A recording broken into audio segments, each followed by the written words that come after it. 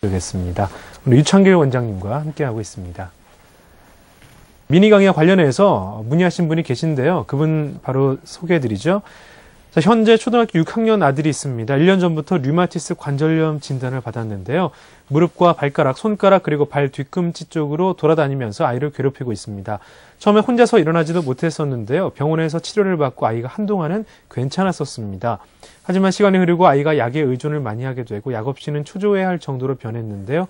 양약을 계속 먹여야 할지 아니면 한방치료를 시작해야 할지 알고 싶습니다. 어떻게 아이의 치료 방법이 없을지 상담 부탁드립니다. 이게 다 부모님들의 심정이신데요. 네. 지금 남자 어린이인데 1년 됐고요. 근데 무릎, 발가락, 손가락, 뒤꿈치로 돌아다니면서 관절로 아프다. 요거가 또 소아 류마티즈 관절염의 또 특징 중에 하나입니다. 네. 여기저기로 돌아다니면서 아픈 거예요. 근데 중요한 게 이전에도 한번 말씀드렸지만은 아이들이 어디 관절이 아프다고 하는 경우가 많습니다. 그럴 때 부모님들이 성장통으로 오인을 하시고 그냥 넘어가신 경우가 있어요. 그렇죠. 그러니까 아이들이 일단 아프다고 하면요. 일단 관심을 가지고 상당히 자세히 살펴봐 주셔야 됩니다. 성장통은 류마티스 관절염 초기 증상하고 좀 구별이 많이 되는데 류마티스 관절염으로 관절이 아픈 경우는 이렇게 열이 나는 경우가 있고요.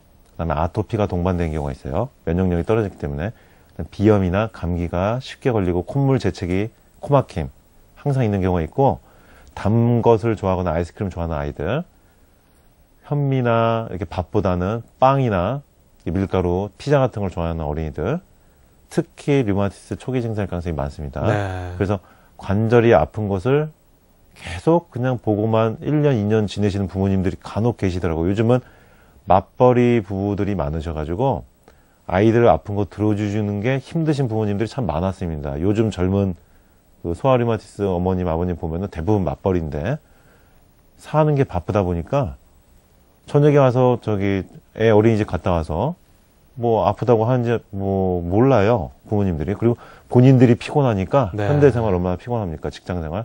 아이한테 신경을 못 쓰는 거예요. 2, 3년 지나다가 결국 류마티스를 변해가지고 뒤늦게 찾아오신 경우가 많아요. 예. 그러니까 초기에 빨리 성장통과 류마티스를 잘 구별을 해야 됩니다. 류마티스는 아침에 강직감이 있고 아픈 경우가 많고요. 아침에 쩔뚝거리거나 못 걷는 경우가 있어요. 일어나서. 그러다가 11시, 12시 낮 되면은 조금 잘 움직이고 덜 아픈 경우가 많습니다. 그러니까 그런 특징들을 잘 보셔야 되는데 지금 이 아이 같은 경우는 병원에서 치료를 받고 한동안은 괜찮았다. 요것도 전형적인 이제 현상인데 아플 때 일단 진통제, 면역억제제, 스테로이드를 투여하면은 양약이죠. 뇌에서 일단 통증을 인지를 못합니다. 네. 통증 신호가 뇌로 올라오는데 그 과정을 차단해 주기 때문에 면역 억제를 통해서 염증 억제를 통해서 염증을 억제시키는 호르몬을 복용하니까 인위적으로 염증이 일단 억제는 되는데 그 관절 통증을 유발하는 염증을 유발하는 원인을 제거하는 게 아니기 때문에 어느 순간부터는 약에 의존을 하게 되고 약약을 먹을 때 되지 않으면은 몸이 아파지는 거야. 먹기 네. 전에는. 그래서 약을 허겁지겁 찾게 되고 중독이 돼가는 겁니다. 초조해진다고 변했다 그랬는데 이 진통제, 스테로이드, 면역제제를 장기간 복용하신 분들 보면요. 뇌에서 우울증을 유발하는 그 신경 전달 과정이 유사합니다. 통증을 차단하는 게 점점 예민해지고 초조해지거나 잠을 못 자거나 불안해지거나 심한 경우는 우울 증상이 나타나는 경우가 많습니다. 아이들도요. 양약을 오래 복용하면 이렇게 변하는 경우가 많아요. 아이들이 우울증이 없을 거라고 생각하시는데 천만의 말씀입니다. 그래서 이렇게 초조할 정도로 변하고 이런 경우는 이제 양약을 계속 먹여야 하느냐 한방치료를 시작해야 하느냐 일단은 지금 현재는 양약을 단숨에 끊을 수는 없습니다. 한방치료를 병행하면서 양약을 종류별로 약 종류에 따라서 약 용량에 따라서 단계별로 서서히 줄여나가면서 리바운드 현상을 잘 관리하면서 치료를 해나가면서 양약을 결국 줄이고 한약만 복용하다가 결국은 한약도 복용을 하지 않고도 유지가 되게 만든 것을 목표로 치료를 해나가야 되는데 네. 오늘 류마티스 치료 사례 제가 발표한 논문처럼 치열한 줄다리기와 치열한 싸움이 기다립니다. 이 정도 상태의 어린이들은요.